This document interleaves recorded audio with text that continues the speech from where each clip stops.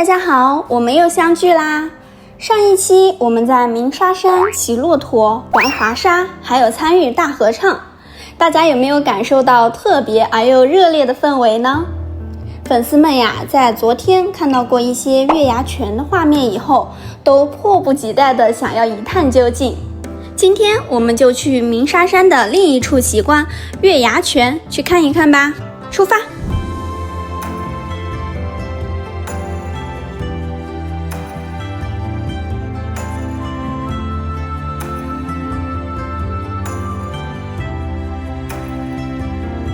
鸣沙山的门票有一些不同，它有3天的有效期，也就是在买好门票的3天内，我们都可以凭借着门票进出景区，所以大家就可以放肆玩啦。现在我呢站在月牙泉的木栈道上，眼前这一汪像新月一般清澈的泉水，就是被誉为塞外第一泉的敦煌月牙泉。在这片年降水量不足50毫米的戈壁荒漠中，这处泉水已经静静流淌了至少2000年。今天就让我带你们探索这个不可思议的自然奇迹。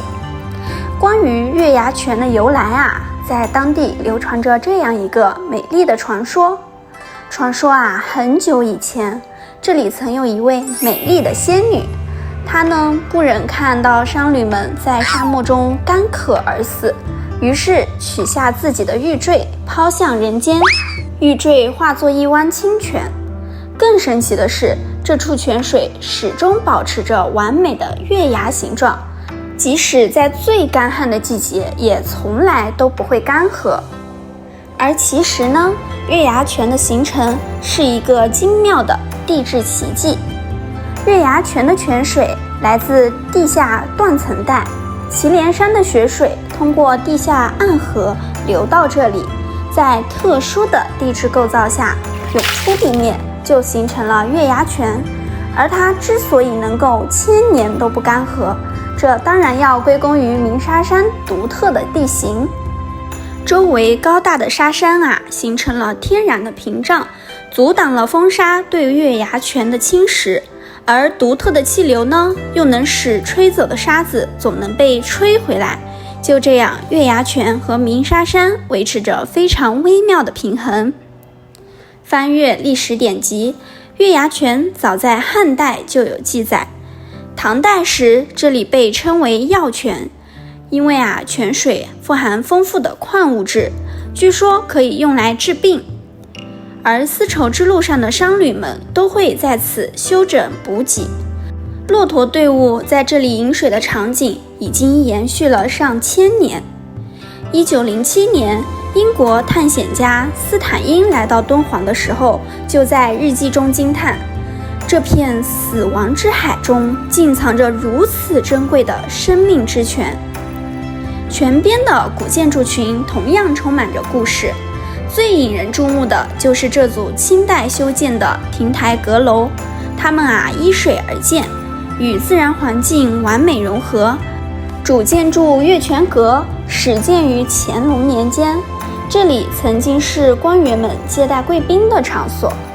而西边的菩萨庙已经有300多年的历史，当年香火鼎盛的时候，僧侣们就在这里诵经祈福。最令人惊叹的是，尽管周围的沙山高达100米，月牙泉的水位却始终稳定。但是其实在20世纪的70年代，由于周边过度开采地下水，泉水也一度面临着干涸的危机。